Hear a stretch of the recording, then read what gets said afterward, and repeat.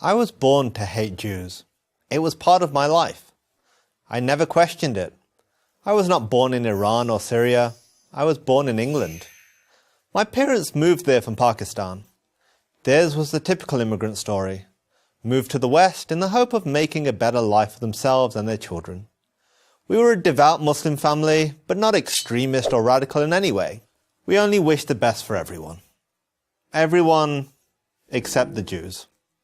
The Jews we believed were aliens living in stolen Muslim land, occupiers who were engaged in a genocide against the Palestinian people.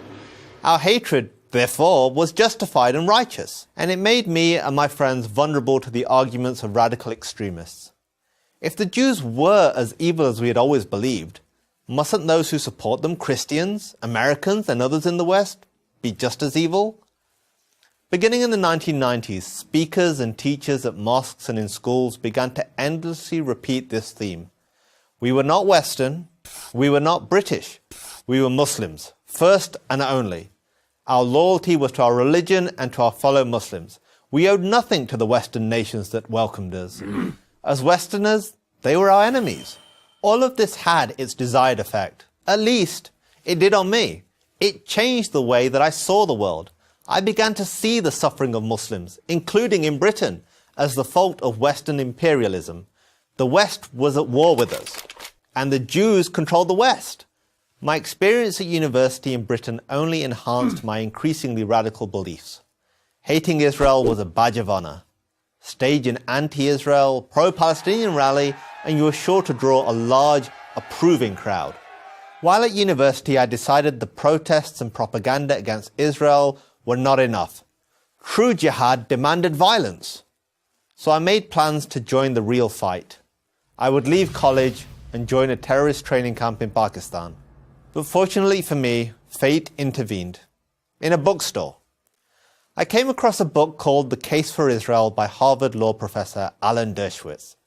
The Case for Israel? What case could there be?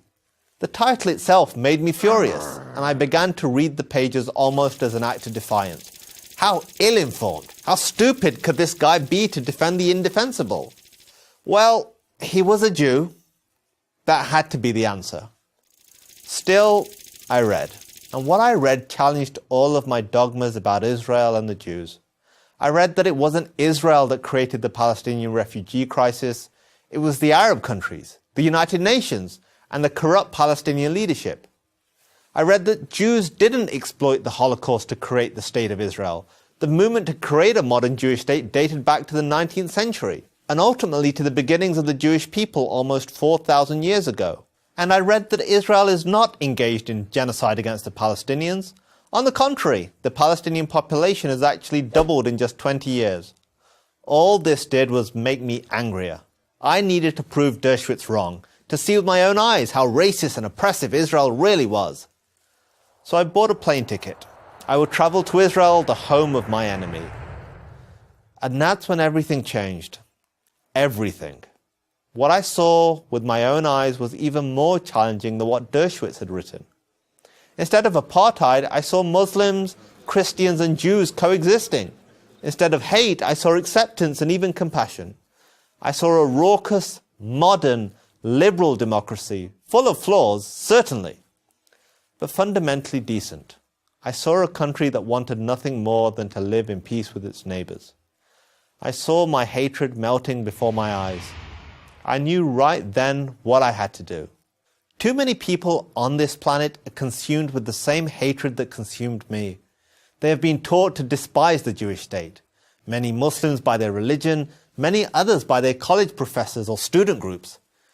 So here is my challenge to anyone who feels this way. Do what I did.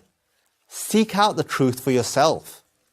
If the truth could change me, it can change anyone. I'm Hafeez for Prager University.